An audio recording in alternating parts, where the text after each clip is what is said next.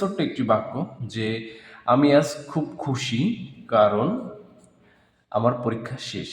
আমি আজ খুব খুশি কারণ আমার পরীক্ষা শেষ।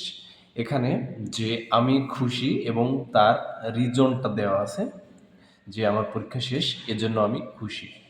তাহলে আমরা প্রথমে হচ্ছে যে কারণের এই অংশের ট্রান্সলেশন করব যে আমি কেন খুশি।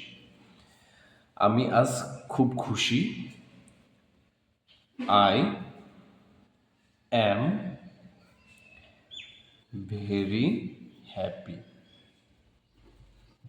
আমি খুব খুশি বিকজ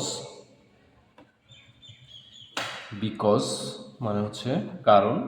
কেন খুশি এই অংশটা লিখে দিব যে আমার পরীক্ষা শেষ।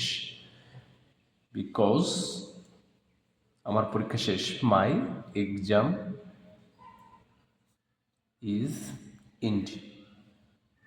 আমার পরীক্ষা শেষ।